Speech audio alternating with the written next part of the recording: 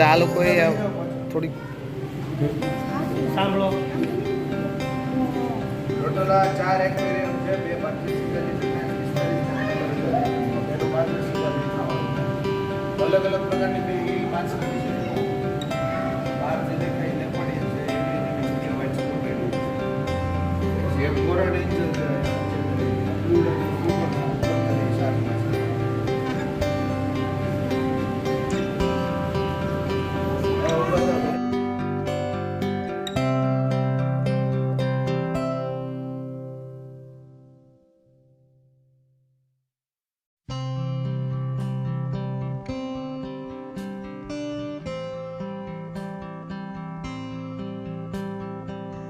કોમરે એ બધી માછલી આવે એ બજારમાં સૌથી મોટી હોય.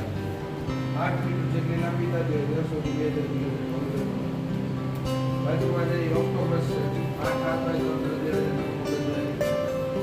હાથ કપાઈ જાય તો ઉપર 4 માછલી આપી આપણે ગુજરાતમાં સૌથી વધારે ખોરાક પણ મળે.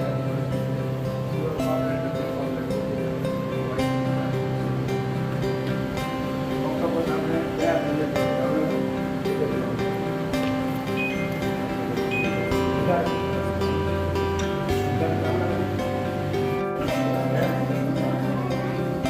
દરિયા સૂક્ષ્મ જીવો છે. દરિયા આખે ન જોઈ શકે, સૂક્ષ્મદર્શી જોવા પડે એવા જીવોને સૂક્ષ્મ જીવો કહેવાય. અમીબા પેરામિડ જેવા બધા નામ આપેલા હોય.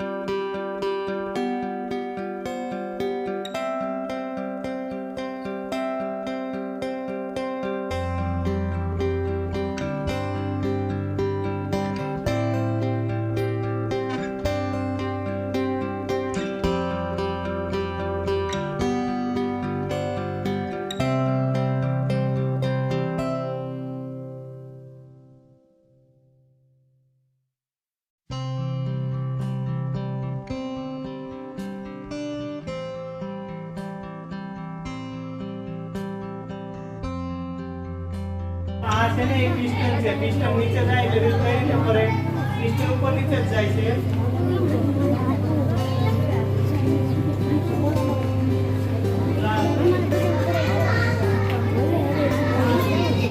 પાર્ટ કાઢીને જેનાથી તમે એની અંદર શું ચાલતું હોય એ જોઈ શકો. બધા ટેકનિકમાં આપણે અલગ અલગ જગ્યાએ યુઝ કરતા હોય. અંદર જે તમે સિલ્વર કલરની વસ્તુ હતી જોવો ને એ પિસ્ટન છે. બધા એન્જિનના પિસ્ટનની સાઇઝ અલગ અલગ હોય એ એન્જિન પ્રમાણે. પહેલું જે એન્જિન છે એ ટુ સ્ટ્રોક ડીઝલ એન્જિન કે જેનો ઉપયોગ આપણે ખેતીવાડી મશીન અને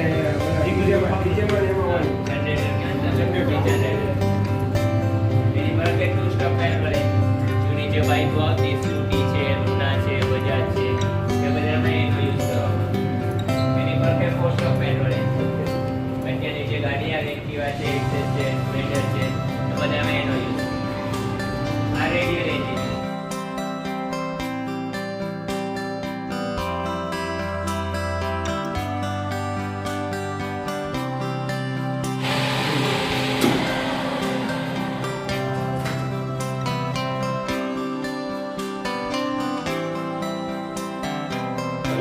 સક્ષમ અને નિયંત્રિત હવાઈ જહાજ બનાવીને સફળ ઉડાનની સિદ્ધિ પ્રાપ્ત કરી. અને 4 લાખ મોટીવાળો આંતરિક દહનક્રિયા સાથે પ્રયત્ન કર્યો. પ્રથમ પ્રયાસની નિષ્ફળતા અને થયેલ નુકસાનના સમાધાન માટેના 3 દિવસ પછી 12 સેકન્ડ માટે હવામાં 120 ફૂટ ઊંચે પ્રથમ હવાઈ જહાજ સાથે ઉડાનની સિદ્ધિ હાંસલ કરી. રાઇસ પ્લાનર 3 પ્રથમ કાર્યદક્ષ હવાઈ જહાજ હતું, જે નિરંતર ઉડાન માટે તથા વિમાનની દિશા નક્કી કરવા માટે સક્ષમ હતું. પ્રાયોગિક અડચણો પર પ્રભુત્વ મેળવ્યા પછી 20મી સદીની શરૂઆતમાં ખૂબ ઝડપથી લશ્કરી અને નાગરિક વિમાન વ્યવહાર વિકસ્યો. આપણા પ્રાચીન સંસ્કૃત સાહિત્યમાં ઉડતા યંત્ર અથવા વિમાનોને લગતી ઘણી વાર્તાઓ ઉપલબ્ધ છે. ભારતીય હવાઈ જહાજના વિમાન ચાલક અંગેનું વર્ણન પણ અહીં પ્રાપ્ય છે. તદુપરાંત માત્ર ખંડોને પારનું જ નહીં, પરંતુ એક ગ્રહથી બીજા ગ્રહ સુધીનું પણ વૈમાનિક શાસ્ત્રમાં ભૂતકાળના હવાઈ યંત્રનું વિસ્તૃત વર્ણન કરેલ છે. રામાયણમાં નિર્દેશિત પુષ્પક વિમાન એક પ્રાપ્ય ઉત્તમ ઉદાહરણ છે કે તે સમય કાળની હવાઈ ગાડી કે વિમાન પણ ઉડાન બેનોઇસ્ટ 14 હવાઈ જહાજ કાર્યાન્વિત થયું, જેણે સેન્ટ પીટર્સબર્ગથી ટેમ્પા જવા માટે ટેમ્પાનો અખાત પસાર કર્યો, જ્યાં મુસાફરોએ ઉડાનની સવલતો માણવા $400 ચૂકવ્યા. પ્રથમ અને બીજા વિશ્વયુદ્ધ દરમિયાન લશ્કરી વિમાનોનો વિપુલ પ્રમાણમાં ઉપયોગ થયો. ફોકર ઇન્ડેકર નામનું એક બેઠકવાળું જર્મની લશ્કરી વિમાન પ્રથમ વિશ્વયુદ્ધ સમયે ખૂબ પ્રખ્યાત હતું. તે સાથે તેમાં સમન્વયિત મશીન ગન હોવાથી જર્મનીને યુદ્ધમાં હવાઈ શ્રેષ્ઠતાનો લાભ મળ્યો. ભારતમાં ઉડ્ડયન 20મી સદીના ખૂબ પ્રારંભિક સમયમાં અનુકૂળ બને, જ્યારે 18 ફેબ્રુઆરી 1911ના રોજ અલ્હાબાદથી નૈની સુધી માત્ર 15 મિનિટ માટે હંપત ઇન્ડિયાની સ્થાપના કરી, જે પાછળથી ભારત ઉડાનની વાહન બન્યું.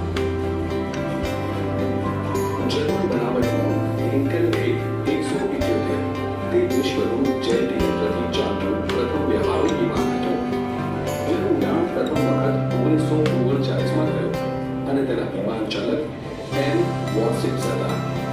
1940માં સુપરસોનિક વિમાનના વિકાસનો આરંભ થયો અને 14 ઓક્ટોબર 1947ના રોજ ઉડેલું બેલ X-1 વિમાન ધ્રુવની પીઠને દૂર કરનાર પ્રથમ સુપરસોનિક વિમાન બન્યું. સુપરસોનિક વિમાનોનો પ્રાથમિક ઉપયોગ લશ્કરી હેતુ માટે કરવામાં આવતો હતો. માત્ર ટુપોલર Tu-144 અને કોન્કોર્ડ વ્યાપારિક સેવા માટે વાપરવામાં આવ્યા હતા. 1952માં આજના મોટાભાગના ટંકારથી વિમાનોને સમાયેલું વિશ્વનું પ્રથમ જેટલાઇનર ડી હેવિલેન્ડ કોમેટ હતું, જેને બ્રિટિશની એક રાષ્ટ્રમાલિકીની વિમાન કંપની BOS દ્વારા સંચાલિત કરવામાં આવ્યું. આ વિમાનોની અસીમ સફળતાને કારણે કરનારી કેટલીક પિસ્ટન યંત્રોનું સ્થાન જેટ યંત્રોએ લીધું. 1960 સુધીમાં મોટાભાગના નાગરિક વિમાનો જેટ યંત્ર દ્વારા સંચાલિત કરવામાં આવ્યા.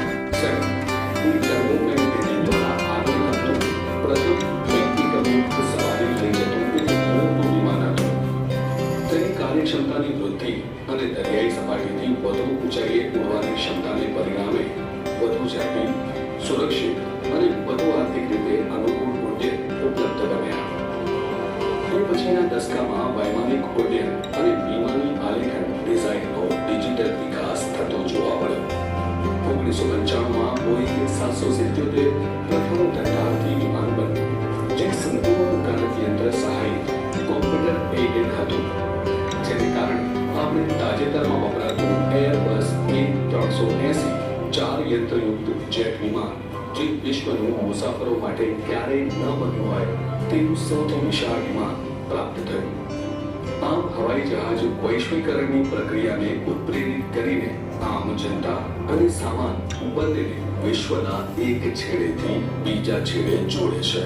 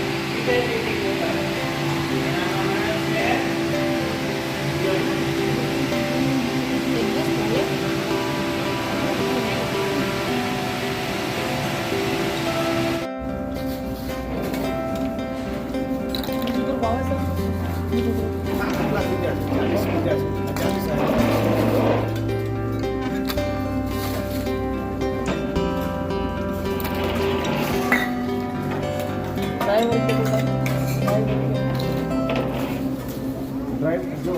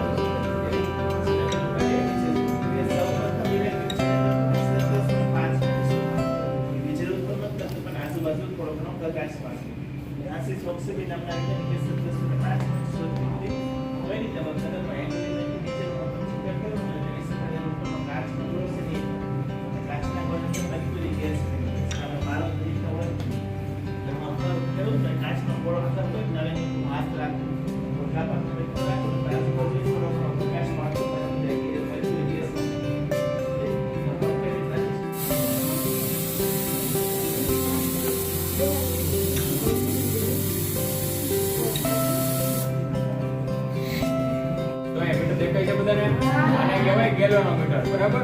જ્યારે આપણે આને કોઇલમાંથી પસાર કરીએ છીએ એટલે તો કાંટો હલનચલન કરશે. દેખાણું? આવી રીતે આપણે બે બાજુ ચુંબક રાખીને ઉચ્ચથી કોપરની કોઇલ ફેરવીએ તો તે વિદ્યુત ઊર્જા ઉત્પન્ન થાય. પછી આ સાઈડ છે ઇલેક્ટ્રોમેગ્નેટ છે. જ્યારે આપણે કોપરની કોઇલમાંથી વિદ્યુત પ્રવાહને પસાર કરીએ એટલે એ ચુંબકની જેમ કામ કરે. ચુંબકને કહેવાય ઇલેક્ટ્રોમેગ્નેટ. જ્યારે આપણે અહીંથી પાવર સપ્લાય આપીએ એટલે બે બાજુના જે મેગ્નેટ છે એ એટ્રેક્ટ થઈ જશે. દેખાણું બધાને? ચોંટી ગયા ને? હવે અહીંથી પાવર સપ્લાય પાછો લઈ લઈએ એટલે રિલીઝ થઈ જાય. બરાબર? તો આને કહેવાય ઇલેક્ટ્રોમેગ્નેટ. ગેસ નાખો. બરાબર, ઊભો થઈ જાય. આની ઉપર હાથ નાખો.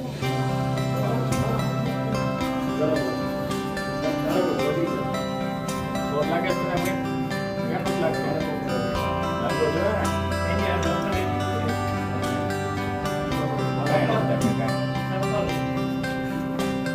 ચાલો બીજા કોઈ કરવું છે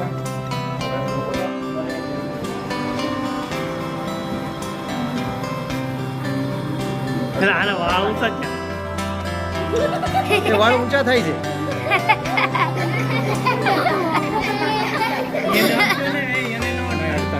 બોલો ભાઈ, દેખાય છે કઈ? શું થાય છે? બરાબર, આને કહેવાય વન ડે ગ્રાસ સેલેડ. આના સુધી આના પર થોડી કરો ટ્રાય કરવો છે. તમને અડે તો મને આવ્યો.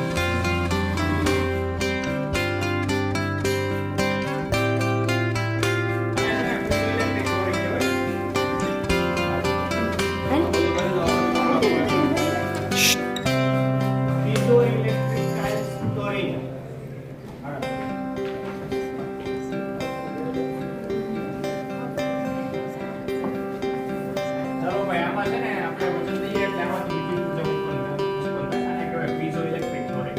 બરાબર, આ જો બાળકોને ઉપર છે તેના વજનના કારણે આમાંથી બીજી ઊર્જા ઉત્પન્ન થાય. આપણા લાઈટ શબ્દ જોવા મળે છે. એમાં છે આવી.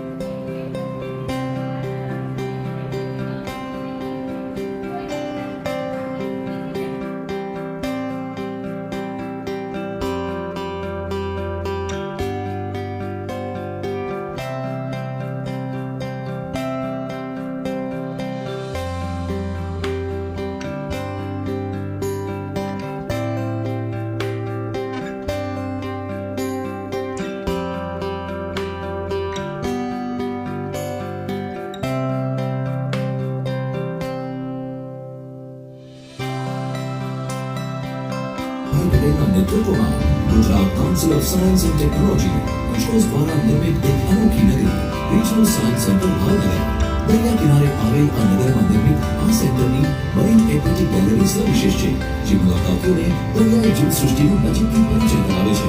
અહીં આવેલ ઓટોમોબાઈલ ગેલેરી વાહન વ્યવહાર ક્ષેત્રની ક્રાંતિનું જીવન પ્રતિબિંબ છે, જ્યારે નોબેલ પ્રાઇઝ ગેલેરી નોબેલ વિજેતા વૈજ્ઞાનિકો વિશે જાણકારી આપે છે. વરિયાળીની ઇલેક્ટ્રોમિકેનિક્સ અને બાયોલોજી સાયન્સ ગેલેરી પણ વિજ્ઞાનને ઊંડાણપૂર્વક સમજવા મદદ કરે છે. અહીંના ફિલ્મ થિયેટર અને વર્ચ્યુઅલ રિયાલિટી ઝોન મુલાકાતીઓને 21મી સદીના નવ વિશ્વનો યાદગાર અનુભવ આપે છે. વળી અહીંના કેફેટેરિયામાં સ્વાદિષ્ટ ફૂડની મજા અને સુંદર ગાર્ડનમાં બેસીને ગરમ વાતો કરવાની મજા તો ખરી જ. તો ચાલો બાળકો, મનાવીએ one day picnic regional science centre Bhavnagar.